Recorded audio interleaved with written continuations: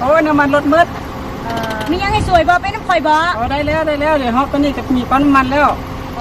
โอ้ข่อยสนใจว่าเขามาจะตั้งแขวงไปเห็นดินแถวนี้น่ะเขาขายน่ะโดยนี่ได้ไปนี่ได้ราคาเริ่มต้น100,000120,000กีบ120,000กีบต่อเมตรโดยว้าวบ่เนี่ย120,000 บาทดีเจ้า120,000 บาทต่อตอนว่าครับไก่ตัดมูลนี่เนาะโดยแม่ล่ะไก่ตัดมูลโอ้สิได้ขายควายจาก4โตมาซื้อก่อนโดยให้สวยบ่นี่รถน้ำมันรถหมดบ่ไปนำกันบ่ได้แล้ว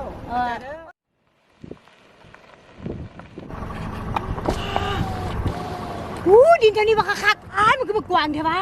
มีไฟพร้อมเป็นหมู่บ้านใหม่ในอนาคตตัวนี่สิมาซื้อจากตอนก่อนยิ่งแบบบ่แพงน้ำก็มีไฟก็มีครบคักแท้จังสิน่ะพาลูกพาผัวมาอยู่นี่ก่อนขายควายจาก4โตมาซื้อพอดีเลยดินอีหยังงามๆดินบ่กว้างคักแท้หมู่บ้านจัดสรรในอนาคตถูกดินเดี๋ยวนี้คือบ่คักแท้สิพาลูกพาผัวมาอยู่ลมเย็นดีได้มีดินมีน้ำมีไฟว้ายสิมาซื้อก่อนว้าวดินงามแท้กว้างกับกว้างปลาโอ้งามดินนี่งามไรโอ้ยเพิ่งดินเลยได้มีหลายตอนเนี่ยโอ้บักกะหลายเลือกยังไงเลือกแม่มักตอนใดก็เลือกอะไรแม่มันหลายนะจะมักตอนใดตอนนี้พี่คักเขาเบิร์นโทรกันนี่เลยโอ้เบิร์นโทรหาเขากัน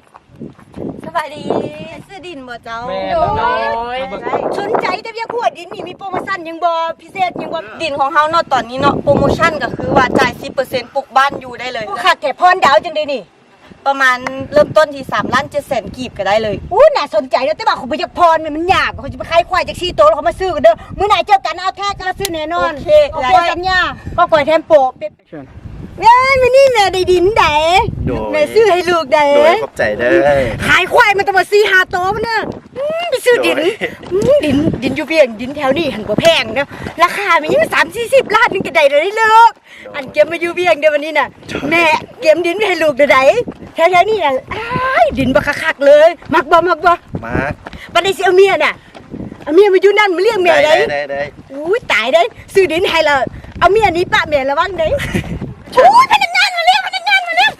งานจะขาดิซื้อดินโดยมาจ่ายเงินตามสัญญาเล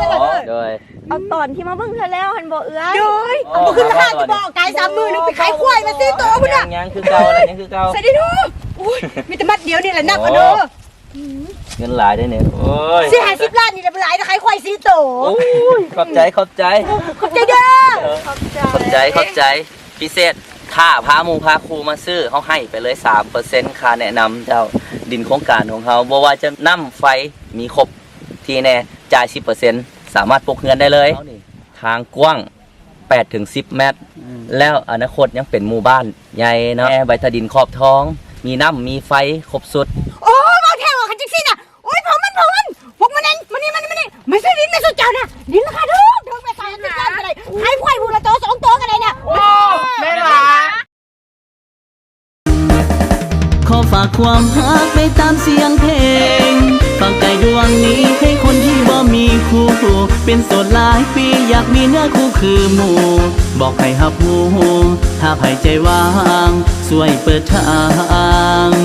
ฮับไอไว้แน่เด้อละคอยคิดแล้วมันต้องเป็นแบบนี้บ่นึกเลยว่าเจ้าสิมาทำลายแต่ก่อนนี้เฮาฮักกันแทบตาย